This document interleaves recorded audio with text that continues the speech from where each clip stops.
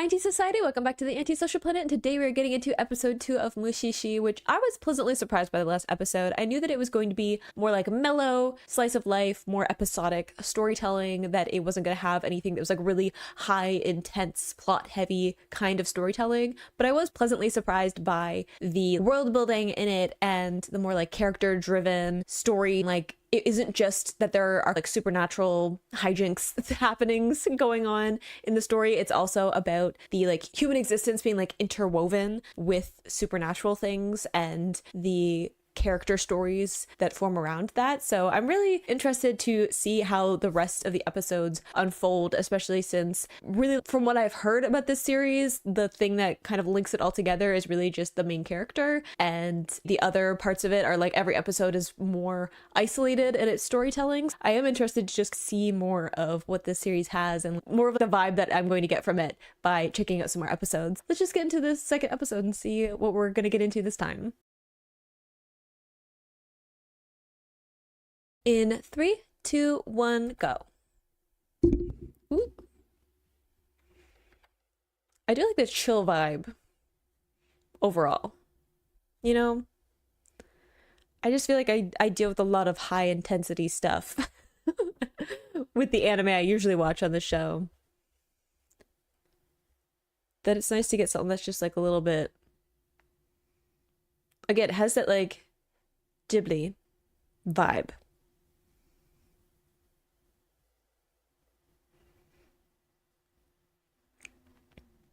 It does make me somewhat worried. I don't know, maybe that's too strong of a word, of my contribution to a reaction. But maybe that's just putting too much pressure on myself. I just feel like I need to analyze stuff, and I don't know how much of that I'm gonna have for a show that is more like episodic than like more like arc length interwoven stories. But you know what? Maybe we're just all here for the chill vibes and a little bit of company. I don't know.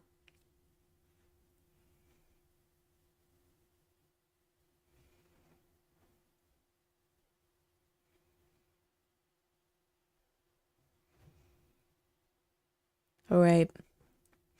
What are we doing this episode?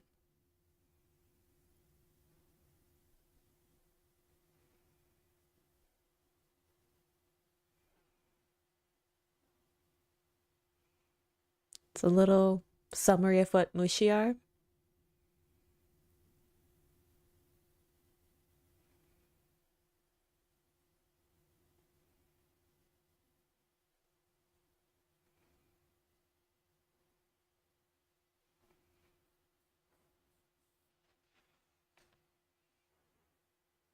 The background art is honestly so pretty in this series. I know I've only seen like an episode, but I feel like the environment is like a huge part of the atmosphere of the series so far.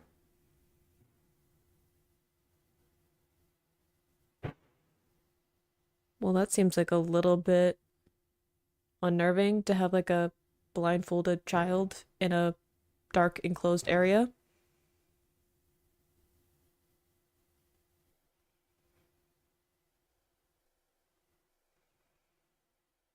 I guess, okay, if the eyes are injured in some way, then I guess being in a dark place and blindfolded is probably the best way to deal with that.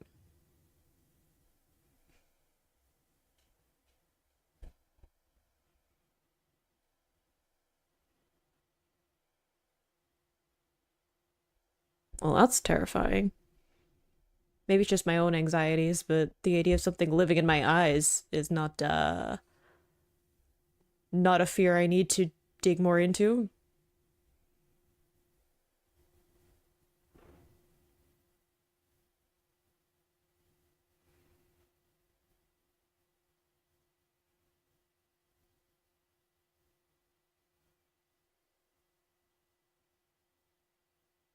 Poor thing, though.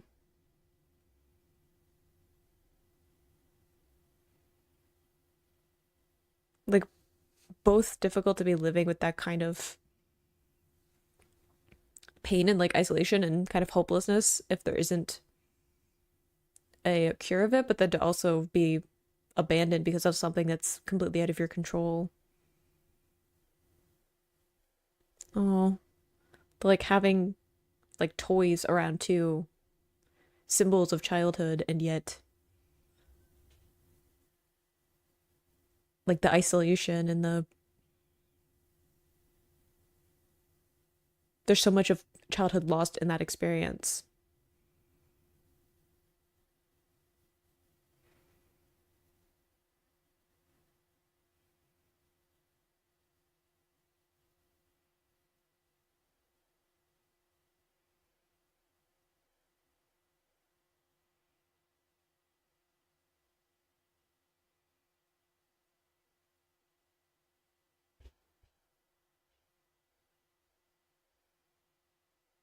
I feel like this is gonna I don't know why I'm tense.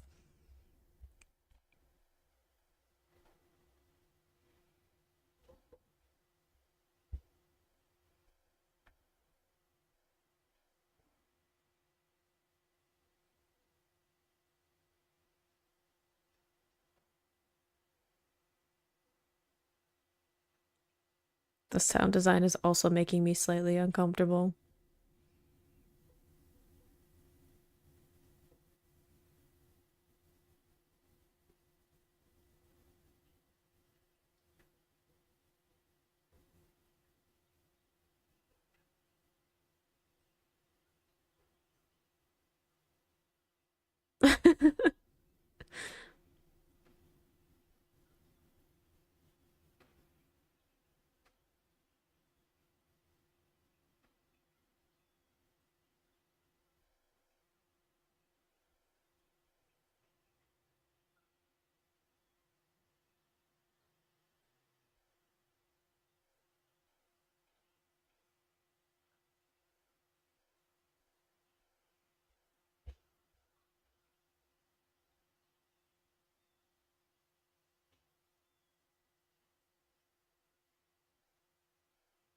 Ooh. Interesting too to also have like a toy that makes noise in contrast to like needing to block out all light, right?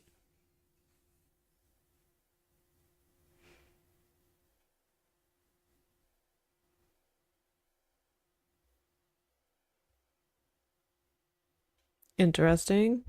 We had something similar in the previous episode. The like life energy. I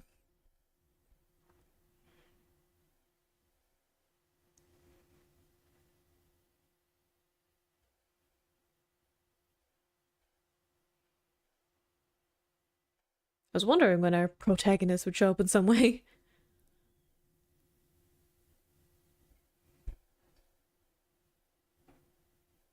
Ooh, interesting to say like he has one eye like on this like river, one eye kind of like on the like living world, our world.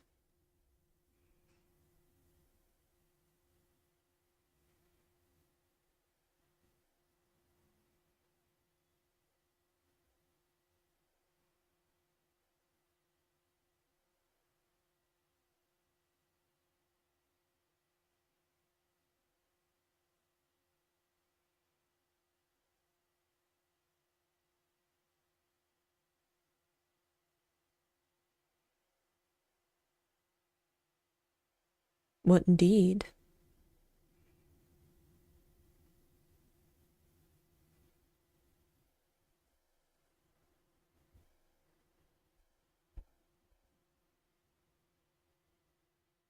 I guess that would be part of it. Like if they don't know what it is, they just think there's some kind of illness. Yeah, that people would be afraid of also like contracting whatever it is.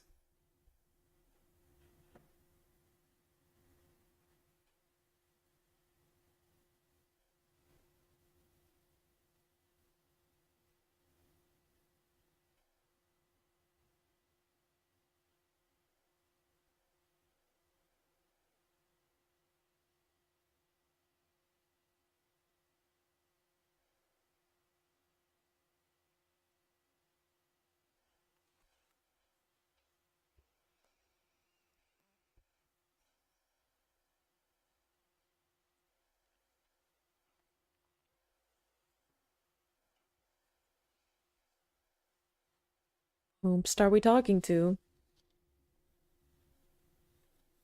Who's coming for you?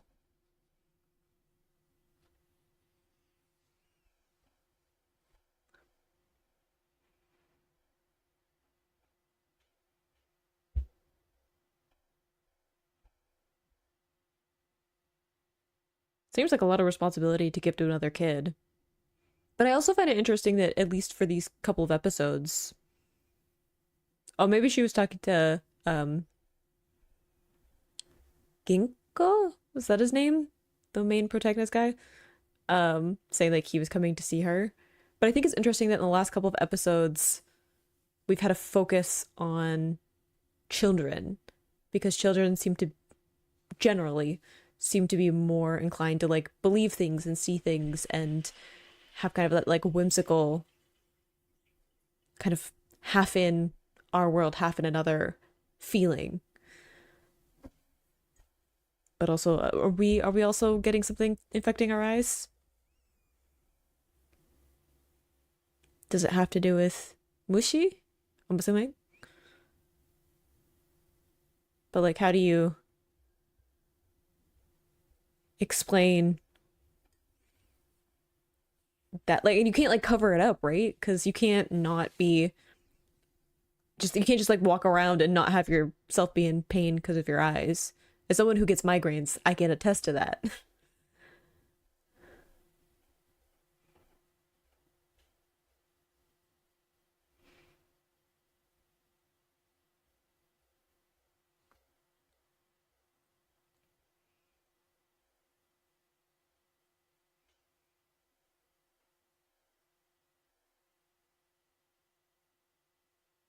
Is it?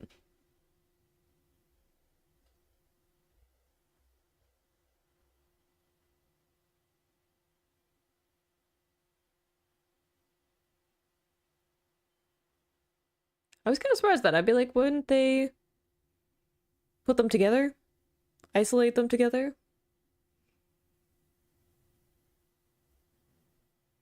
But I guess maybe they're hoping that he'll recover if they keep them separated for long enough.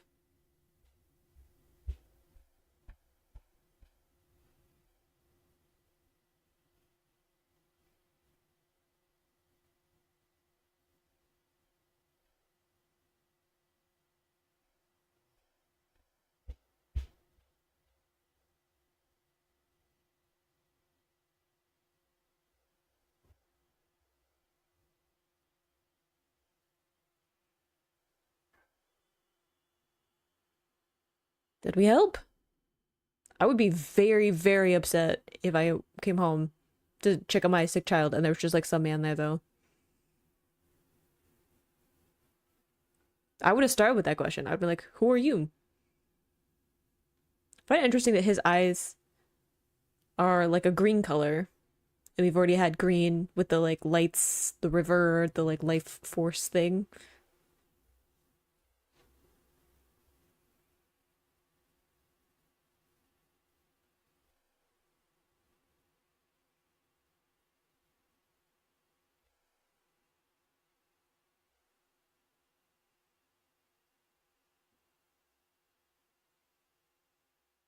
Does he see the river though?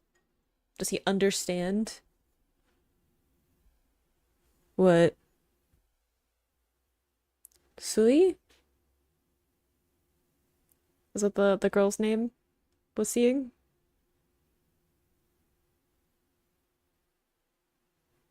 Is she like looking for him there?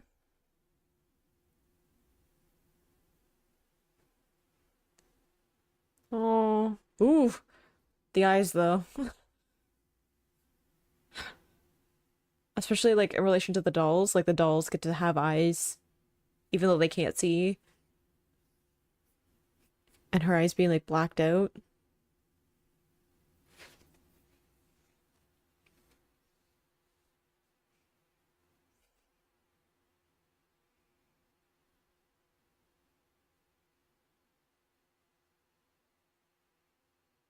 Oh, well, if they multiply in darkness, then maybe we shouldn't leave her in dark all the time.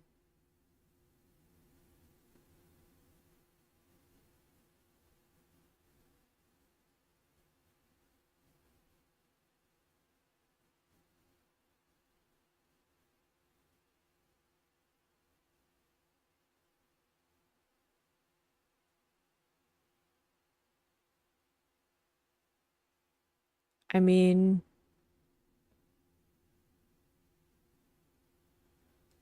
if he has he looked at it? Because he's like, it's harmful to your eyes if you look at it. I'm like, have you looked at it? Because his eyes have like this like greeny blue color that's very similar to the river that's depicted.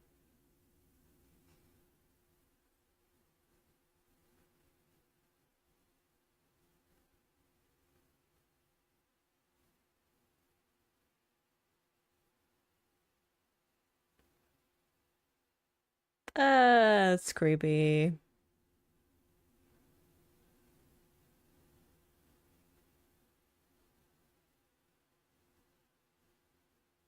I can understand wanting to go though, because if your whole world is darkness and then you get to see this place of light and color, there would be certain allure to that.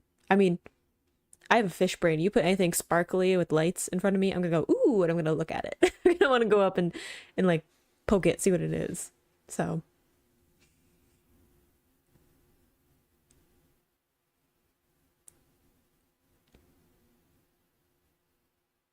hey, I don't like that.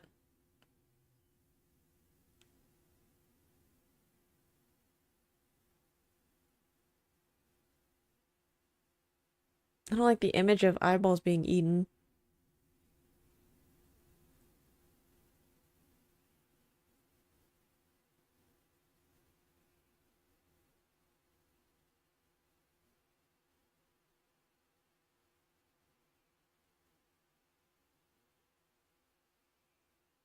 No, that's also creepy.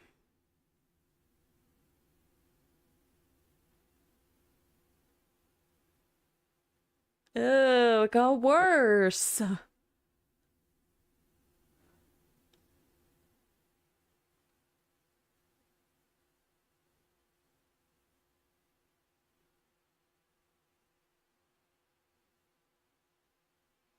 No. I don't like that.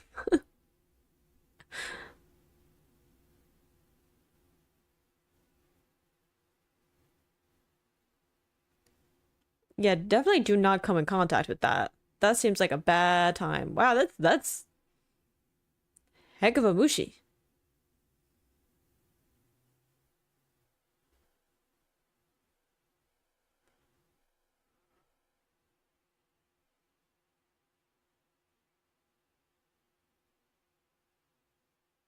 That's all like within her. Ugh.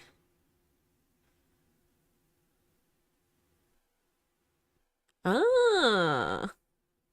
Ooh, it's like a parasite.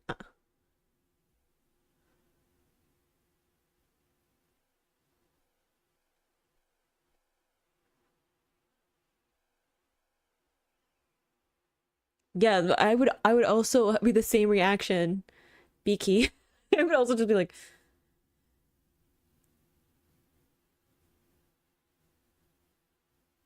no, no. Ugh.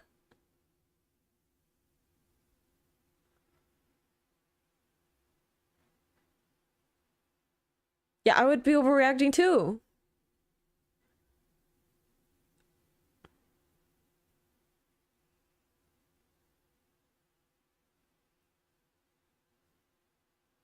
No thanks.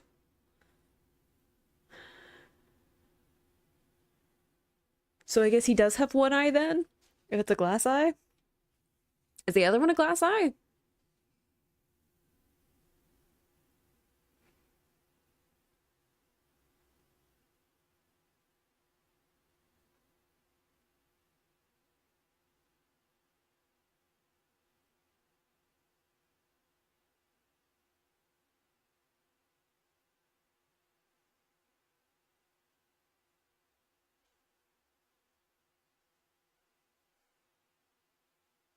That was more dramatic than I thought it would be.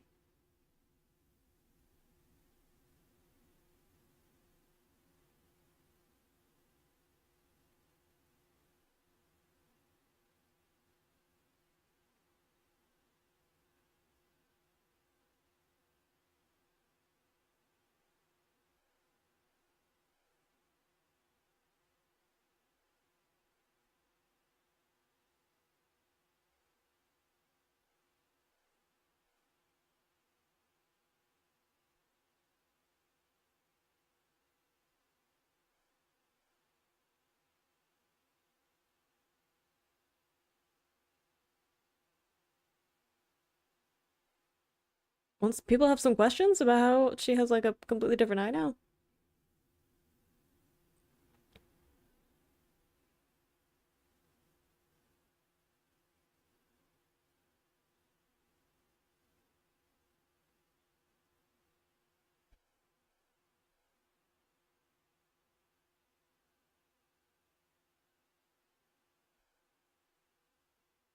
Don't look at it for too much long though. Apparently that's real bad.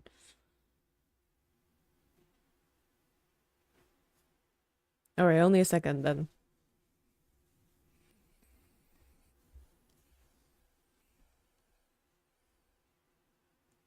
Don't. We've learned.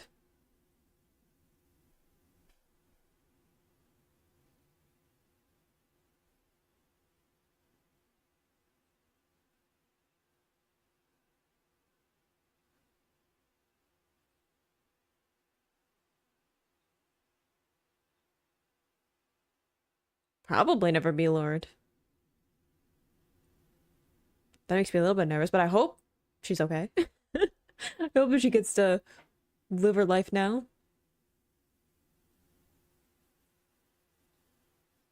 Backstory though. Yeah. It looks like it.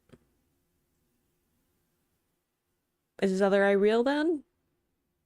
He only had like one eye on the river, like um Sui said before.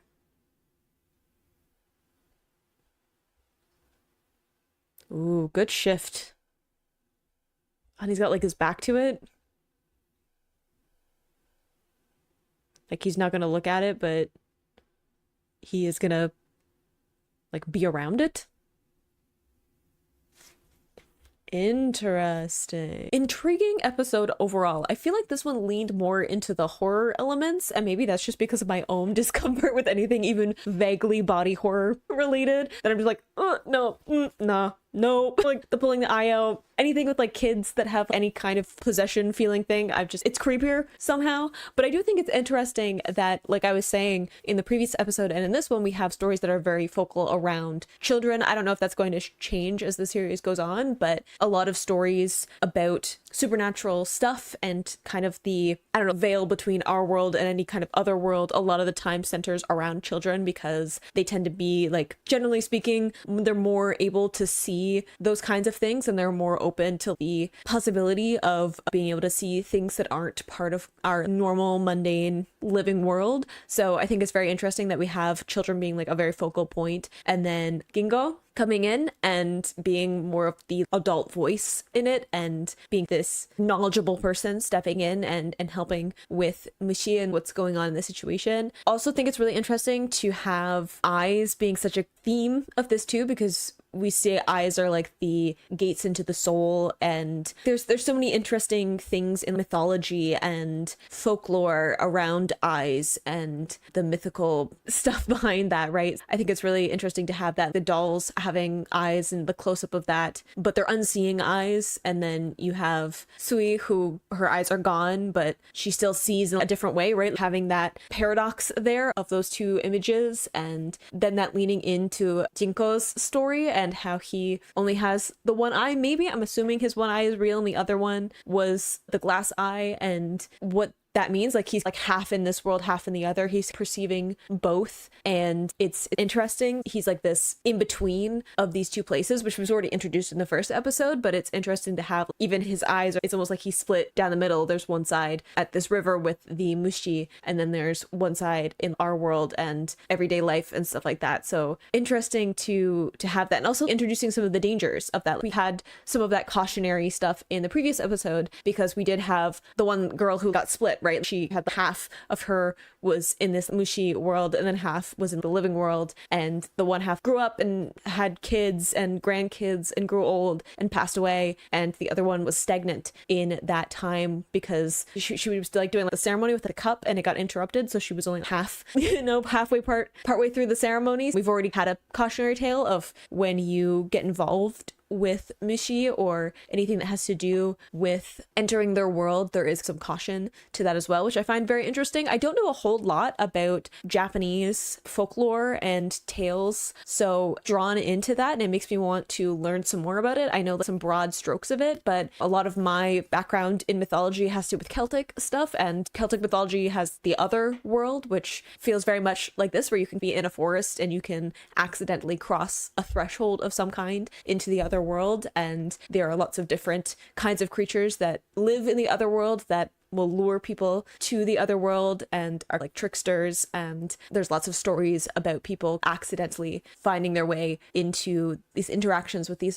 like supernatural kind of beings. So reminded of a lot of that with these storytelling, but I don't know how much of that is also pulled from Japanese folklore, because I'm realizing that this isn't something that I've really dug into. I know broad strokes of it, of things that kind of pop up a lot in different media in Japan, but I've never really sat down and read a collection of those stories or seen people talk about the things that are very normal in everyday stuff, certain superstitions that leak into everyday life of being someone who is Japanese or living in Japan. I don't really know all of that because that's not my experience, but it makes me fascinated to lean into that some more and learn about that, because I'm sure that there is lots of things that are being put into this series that I don't fully know, because that's not something that I've dug into or the culture that I grew up around. So fascinating all around. I'm really enjoying this series, even in its kind of isolated episodic kind of feeling and more like quieter, slowed down storytelling. I quite like it. So I hope you enjoyed watching that along with me. You can click over here to see my reaction to the first episode,